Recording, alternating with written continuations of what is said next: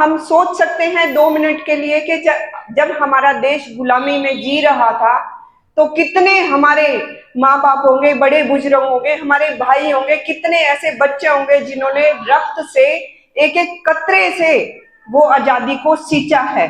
तो रीना जी को आमंत्रित करता हूं कि वो आए और इन नन्हे मुन्ने बच्चों को थोड़ा सा मोटिवेशन दे। गुलामी में हम जी रहे थे, लेकिन कहते हैं ना कि हमारे बीच से ही कोई चिंगारी निकलती है। Our chairman sir, our journalist Anup Kundu ji और जितने भी आए हुए हैं, please I most welcome. So please I would like to request our chairman sir, please come. Then the welcome our chief guest. ऐसा है, सुबह आपका प्रोग्राम था, फिर आरडीएम में अपना जो जैसे भी होता है हर बार 26 जनवरी 15 अगस्त के हाउसी प्रोग्राम था। और आपको सिर्फ जानकारी के लिए, रीना भट्टी जी हमारे आरडीएम में पिछले एनुअल फंक्शन के ऊपर एज ए चीफ गेस्ट भी आए थे और आज भी वहीं एज ए चीफ गेस्ट आए थे। लेकिन मुझे आपसे इतना स्नेह और प्यार है कि मैंने रीना जी को कहा कि हमारा सरस्वती जो हाई स्कूल है बहुत पुराना है और आप एक अच्छे मोटिवेटर हैं, भाई बच्चों को किस रास्ते पर जाना चाहिए। और रीना जी माउंट एवरेस्ट है, अगली और बता दूं, पता है सभी ने। तो एक अच्छे मोटिवेशन स्पीच देते हैं। मैंने इनसे रिक्वेस्ट करी कि 10 मिनट के लिए आप सरस्वती स्कूल में चलिए, ताकि अगर हमारे 100 बच्चों में से 10 बच्चे भी आपकी मोटिवेशन से कहीं न कहीं कामयाब होते हैं तो हमारा मोटिवेशन ये समझो कामयाब होगा। तो बेटा मैं ज़्यादा समय न लेता हुआ, क्योंकि समय के तो हम पंचुअल हैं, तो रीना जी को आमंत्रित करता हूं कि वो आए और इन नन्हे मुन्ने बच्चों को थोड़ा सा मोटिवेशन दे, ताकि आने वाला भविष्य, आने वाला भारत इन्हीं का है। और आप इनको मार्गदर्शन दें कि आगे करना क्या है इन बच्चों को, छोटे छोटे बच्चों को। रीना भट्टी जी। धन्यवाद सर। आज है 15 अगस्त और आज़ादी का दिन, और हम लोग जब इकट्ठे हुए हैं तो उसी को सेलिब्रेट करने के लिए इकट्ठे हुए। मैं केसी सर का धन्यवाद करना चाहूँगी कि उन्होंने मुझे इस लायक समझा कि बतौर तिथि मुझे बुलाया, और सौभाग्य भी मानती हूँ अपना कि वो हम जैसे बच्चों पे अपना आशीर्वाद बना के रखते हैं। और देखिए ना कि सबसे बड़ी बात ये है कि आज आज़ादी महोत्सव हम मना रहे हैं। ये आज़ादी अगर हम पढ़ते आए हैं कि 1947 में हमारा देश आज़ाद हुआ, लेकिन अगर उससे पहले की अगर बात करेंगे हम, तो हमारे जो पेरेंट्स हैं वो अपने जो हमारे बड़े बुजुर्ग हैं वो कहानी सुनाते होंगे हम लोगों को कि पहले हमारे पास आज जो फैसिलिटी है वो बिल्कुल भी नहीं थी। खाने के लिए भी प्रॉपर वे से खाना नहीं था, पहनना, और जो आज हम मोबाइल यूज कर रहे हैं, जो टेक्नोलॉजी यूज कर रहे हैं, वो तो बहुत दूर की बात है। गुलामी में हम जी रहे थे, लेकिन कहते हैं ना कि हमारे बीच से ही कोई चिंगारी निकलती है कि हम क्यों बर्दाश्त करें। आज अगर मैं बात करूं मेरी जनरेशन की, मेरे छोटे भाई बहनों की, आजादी का मतलब हम समझते हैं कि हमें सब कुछ, हमारा जो फ्रीडम मिला है खाने का, रहने का, पीने का, बोलने का, वो सब फ्री में मिला है ना। लेकिन क्या हम सोच सकते हैं 2 मिनट के लिए कि जब हमारा देश गुलामी में जी रहा था तो कितने हमारे माँ बाप होंगे, बड़े बुजुर्ग होंगे, हमारे भाई होंगे, कितने ऐसे बच्चे होंगे जिन्होंने रक्त से एक एक कतरे से वो आजादी को सींचा है, तब जाके हमें खुली हवा में सांस लेने का मौका मिला। और आज अगर हम खुली हवा में सांस ले रहे हैं तो सिर्फ उनकी बदौलत। और आज हमें वो मौका मिला है कि हम इस चीज को अडैप्ट करें, इस चीज को देखें कि इस आजादी के लिए कितने भाई बहनों ने बलिदान दिया है। अभी रिसेंटली की ही बात करूं कि पहलगाम, सब कुछ सही तो चल रहा था, लेकिन फिर भी कितने भाई बहनों ने, कितने भाइयों ने, जो किसी के घर का चिराग थे, किसी का पति था, किसी का बेटा था, किसी का पिता था, और एक झटके में उन्होंने अपने प्राण न्यौछावर किए। तो ये आजादी हमें ऐसे नहीं मिली है। बहुत सारे हमारे भाई बहनों का खून है, उन्होंने बलिदान दिया है। और मैं अपनी ही बात करूं तो मैं कोई बड़े परिवार से बिलोंग नहीं करती। मेरे पापा एक ट्रैक्टर मैकेनिक हैं। शायद आप में से बीच में से निकली हुई एक लड़की हूं। मेरे पास केसी सर, प्रिंसिपल मैडम, ये अनूप सर हमारे साथ में हैं। जब मैंने एवरेस्ट अभियान शुरू किया था तो उससे पहले मैं काफी सारे एक्सपीडिशन कर चुकी थी। 15 अगस्त 2022 यूरोप की सबसे highest peak mount Elbrus, east और वेस्ट करने वाली 24 घंटे के अंदर मैं पहली भारतीय महिला बनी।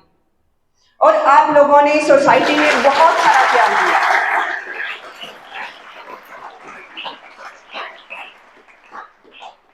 जब हम कुछ करते हैं ना, तो बहुत सारे एग्जाम्पल सुने हुए आपने। आप कभी अपने पेरेंट्स से बात करते हो, अपने ड्रीम के बारे में बात करते हो, या अपने दोस्तों से भी बात करते हो, तो बोलता भाई तेरे लक्षण तो ऐसे नहीं है कि तू डॉक्टर बन पाएगा, इंजीनियर बन पाएगा, या जो भी विजन आप लेके चल रहे हो। लेकिन उसके लिए आपको दिन रात मेहनत करनी पड़ती है। मैंने भी ऐसे ही बोल दिया था कि मैं माउंट एवरेस्ट करूंगी, लेकिन माउंट एवरेस्ट करने के लिए आपको फिजिकल, मेंटली, इमोशनली, फाइनेंशियली सब तरीके से आपको मेहनत करनी पड़ती है। तब जाके कोई सपना अचीव होता है, और तब जाके हमारी सोसाइटी हमारे ऊपर भरोसा करती है। ये सब मैं आपको इसलिए बता रही हूं कि आप उस समाज की नींव हो आज। और जब अच्छा समाज का निर्माण होता है तो वो हमसे होता है, आपसे होता है। हमारे बड़े जो है वो हमें समझा सकते हैं, लेकिन परफॉर्म हमें करना होता है। उनकी चीजों को समझना बहुत जरूरी होता है कि वो हमें क्या सिखा रहे हैं। आजकल पेरेंट्स जब बोलते हैं, जब बैठते हैं तो बात करते हैं, वो समझाते हैं। कितने ऐसे बच्चे होंगे जो हमारा, जब कोई बड़ा बुजुर्ग हमारे साथ में से निकलता है तो उसको राम राम करके भी निकलते होंगे। ये हमारी परंपरा है, ये हमारे संस्कार हैं। अगर आप उसको राम राम करके निकलोगे तो उसको भी अच्छा लगेगा, और वो आपसे हाल चाल भी पूछ लेगा उल्टा। आप नहीं भी पूछोगे, लेकिन वो उल्टा आपके सिर पे हाथ रखेगा, आपको समझाएगा, क्योंकि उसने अपनी उम्र गुजार दी है ये सब समझाने के लिए। लेकिन हमने तो अपना चलना शुरू किया है अभी। जब आप चलना, अब आप छोटे बच्चे से अगर बात करोगे, पहले वो गुडलिए चलता है, फिर वो सहारा लेके खड़ा होता है, फिर वो चलना शुरू करता है, फिर वो दौड़ना शुरू करता है। हमारा तो हाथ पकड़ के, दीवार पकड़ के चलने का टाइम है। हमें माँ बाप की, हमारे बड़े बुजुर्गों की, चाचा की, ताऊ की, सब चीजों की जरूरत है आज। इसलिए मोबाइल से निकल के अगर आप उनके साथ में बैठोगे तो वो बहुत कुछ बता के जाएंगे आपकी जिंदगी के बारे में। जो आपको नहीं भी पता होगा वो भी आपको बता के जाएंगे, क्योंकि उन्होंने वो एक्सपीरियंस किया है। और आपको अवेयर भी करेंगे कि बेटा इस रास्ते पे मत चलिए। वो रास्ता सच में आज हमें समझ ना आए, लेकिन जिंदगी के किसी न किसी पड़ाव पे मैं आज लिख के दे सकती हूँ कि वो हमें जरूर कामयाब, वो जरूर काम आएगा। आज मैं अपनी बात करूं तो मैं 23 माउंटेन क्लाइंब कर चुकी हूँ, जिसमें एवरेस्ट लोड से 20 घंटे 50 मिनट में क्लाइंब करने वाली मैं पहली भारतीय महिला हूँ। 3 नेशनल रिकॉर्ड और 2 स्टेट रिकॉर्ड है मेरे नाम। लेकिन मैं ये कहती हूँ कि वो सिर्फ इसलिए बन पाए कि बड़े बुजुर्गों की बातें सुनी, उन्होंने समझाया, उन्होंने डायरेक्शन दी। हमारा काम है मेहनत करना। मैं हमेशा बोलती हूँ कि जब आप एक बुक्स का पन्ना पढ़ते हो तो उसके जो कवर पेज होता है, जो उसका नाम होता है, वो वर्डिंग बहुत कुछ बोलती है, लेकिन जब हम पढ़ना शुरू करते हैं तो एक एक शब्द का मायने होता है। उस एक किताब के अंदर पता नहीं लिखने वाले के कितने इमोशंस होंगे, कितनी मेहनत होगी, कितनी रातें उसने गुजारी होंगी, तब जाके वो एक लाइन लिखी होगी। और अगर एक चीज भी हम समझते हैं तो एक एक चीज का मायना है, एक एक चीज का महत्व है। तो मेरा सिर्फ इतना सा आपसे रिक्वेस्ट है, एक छोटी सी अपील है अपनी बड़ी बहन समझ के, कि समझो कि हम किस डायरेक्शन में जा रहे हैं, क्योंकि हम समाज की वो नींव है जो अच्छा भी दे सकते हैं और बुरा भी दे सकते हैं। खास करके मेरा लड़कियों से एक गुजारिश है, हमारे समाज में लड़कियों को इज्जत का दर्जा दिया जाता है कि हम अपने घर की इज्जत हैं, लेकिन जब हम घर से एक कदम बाहर निकलते हैं तो उसका इज्जत का जो शब्द है वो हमारा जिम्मेदारी बन जाता है। हमें उसको समझना है। जो हमारे माँ बाप हमें समझाते हैं, उनसे ना समझ आए तो पूछो, 10 बार पूछो और समझो कि हम कहाँ पे हैं, और यही हमारी जिम्मेदारी बनती है। फोन अच्छी बात है, यूज करो आप, लेकिन 1 घंटा यूज करो। 1 घंटे के अंदर बहुत कुछ कर सकते हो आप। देख सकते हो क्या अपडेट चल रहा है, क्या न्यूज चल रही है, क्या क्या हुआ है हमारे समाज के अंदर, देश के अंदर। लेकिन बाय उसके अलावा जो टाइम है वो अपने बड़ों के साथ में बिताना शुरू करो, तभी हमारे सोच, हमारे संस्कार निकल सकते हैं। आज जो आजादी मिली है, जो हम खुली हवा में सांस ले रहे हैं, उसको ऐसे व्यर्थ मत करो। इसके बहुत मायने हैं। मैं पिछले अभी एक एवरेस्ट समिटर के नाम से हमारा एक फंक्शन हुआ था, जिसमें देश के 25 ऐसे माउंटेनियर थे जिनको बुलाया गया था, और उसमें आपकी ये बड़ी बहन भी शामिल थी। तो एक वो था, जब आजादी जब शुरू हुई, किसी एक पर्सन ने शुरू किया, 2 बहनें 2 भाई,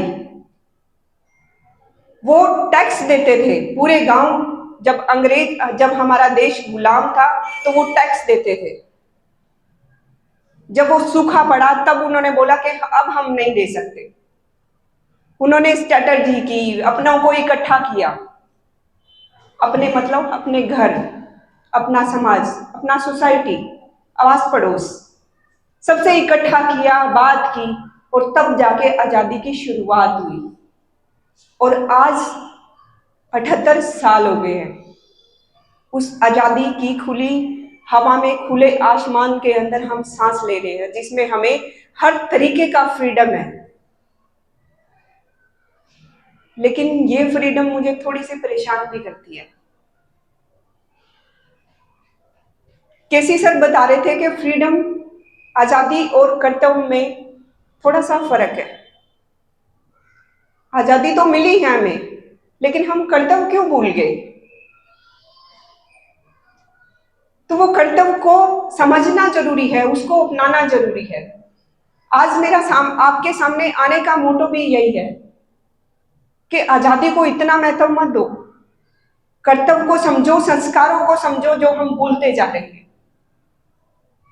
जो सोने की चिड़िया हमें मिली, उस सोने की चिड़िया को हम डायमंड कैसे बना सकते हैं, उस पे हमारा काम करना बहुत जरूरी है। हमारे संस्कारों को अडॉप्ट करना बहुत जरूरी है। मॉडर्न आप रहो, कोई प्रॉब्लम नहीं है, दुनिया को छो। लड़कियों ने बहुत कुछ करके दिखाया है, किसी भी फील्ड में लड़कियां कम नहीं है। उनमें से आज आपके सामने भी हूं, और मैं भी यही चाहती हूं कि अगली बार अगर मैं आऊं तो आपके अंदर कोई भी एक बच्चा ऐसा हिम्मत करके यहाँ खड़ा हो और मैं वहां बैठ के सुनूं, तो मुझे लगेगा कि आज के मेरे जो 10 मिनट हैं वो मेरे कामयाब हो गए। और मैं जिस दिन बोल के गई थी,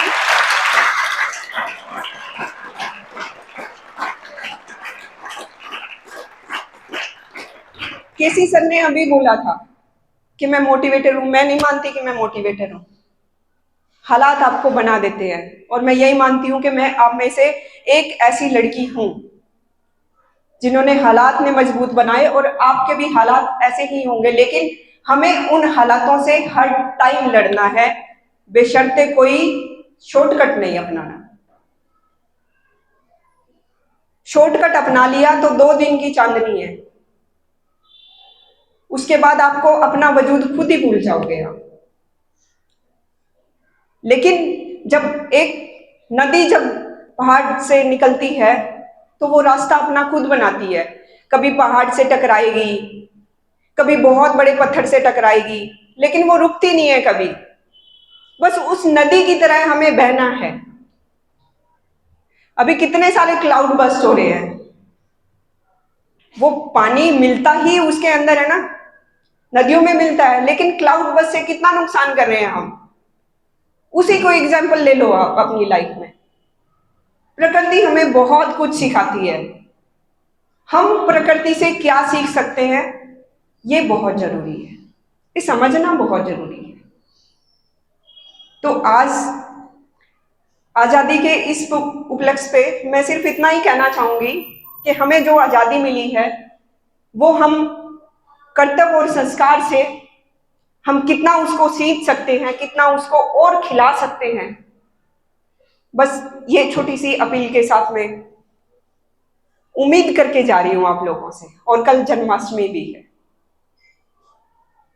तो मैं दुआ करूंगी कि भगवान कृष्ण हम सब लोगों को सद्बुद्धि दे और अपने अपने लक्ष्य में हासिल करने की वो शक्ति दे, वो ताकत दे कि हम अपने पद से भटके ना। बहुत बहुत शुक्रिया। थैंक यू रीना जी। देखिए बेटा, आप यानी एक गागर मसागर जिसको बोलते हैं, 10 मिनट में ही A to Z जो कुछ एक सीखने के लिए एक एग्जाम्पल नदी का दिया, वो सीखने के लिए बहुत कुछ है, बट आपने जो मार्गदर्शन आपके सामने अभी 10 मिनट में रखा गया है, इसके ऊपर चलोगे। और एक और बता दूं, मैं रीना जी को नहीं जानता था, जो आपके सामने एक शख्स खड़े हैं जो आपके बीच में रोज आते जाते हैं, और रोज हमारे मेहमान नहीं, हमारे स्कूल के एक सदस्य है, एक पार्ट है हमारे स्कूल के। मेरी तो इनके माध्यम से ही रीना से जान हुई है भाई। और बेटा, मैं फिर से भाई अनूप जी का और रीना जी का धन्यवाद करता हूं कि इतना कीमती समय दिया और हमारे बच्चों का मार्गदर्शन किया। Thank you. जय हिंद।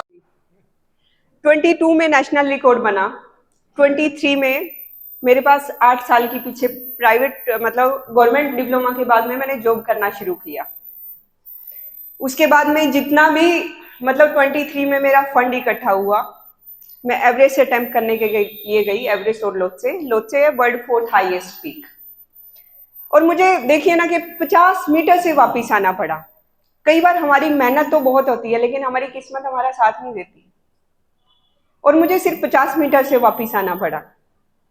मैं एक बहुत बड़े सदमे में थी कि सब कुछ इमोशनली, मेंटली, फाइनेंशियली दोबारा कैसे कर पाऊंगी, इतना एक बहुत बड़ा अमाउंट चाहिए, नहीं पता था।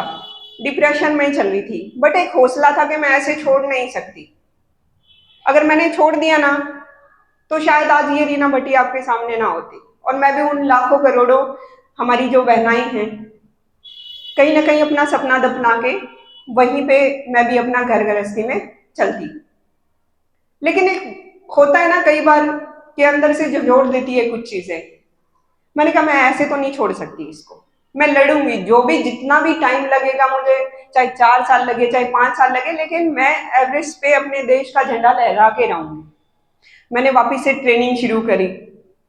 24 में हम लोग 23 के कुछ शायद यही अगस्त अक्टूबर का टाइम होगा, मेरे भैया इधर उकलाना में ही उन्होंने कोई उद्घाटन करना था, वहीं पे मैं अनूप सर से मिली थी।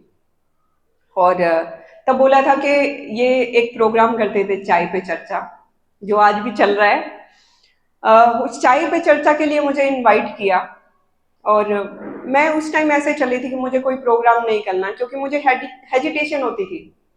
देखिए, मैं एक ऐसे संपन्न पूर्व परिवार से नहीं रखती। फाइनेंशियली 35 लाख रुपए मुझे इकट्ठा करना था और आप जैसे बच्चों की बहुत दुआएं थी। किसी ने 1 रुपया दिया, किसी ने 10 रुपए दिए और वैसे करके मैंने एवरेस्ट एक्सपीडिशन के लिए पैसे इकट्ठे किए। तो कहीं ना कहीं ये अंदर से ये होता था कि मैं कैसे फेस करूंगी उन सबको।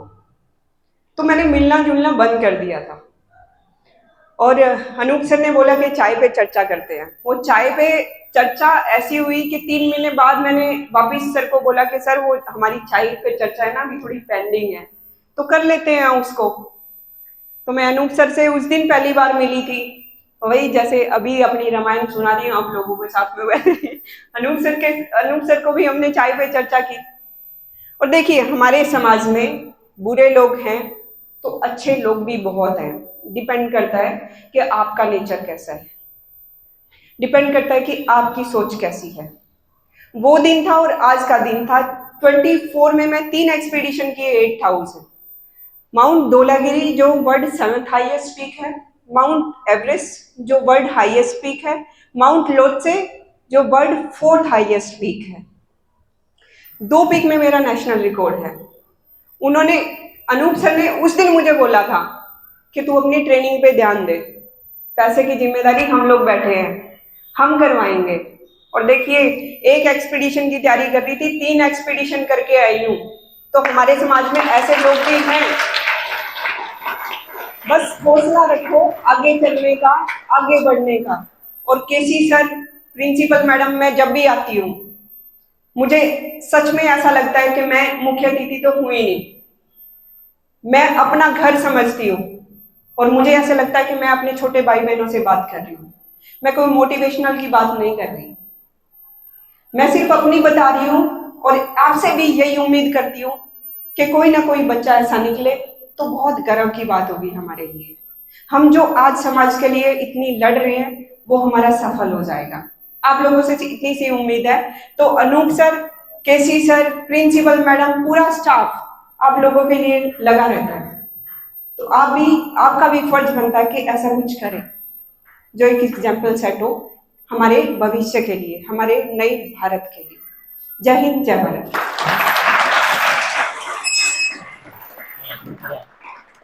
High school, I would like to say thanks to Reena ma'am, and ma'am, I also assure you that जो आज आपने कहा है never give up, our student also follow this same motto। ये हमेशा कहते हैं, क्या कहते हैं बेटे, जीत है या हार कभी होती ही नहीं है। If we accept the failure, तभी हम हार मानते हैं। लेकिन सरस्वती हाई स्कूल हमेशा से ही इस बात को मानता है कि जीत है या सीख है। And thank you so much, ma'am, to be here. It's great honor for us. Thank you.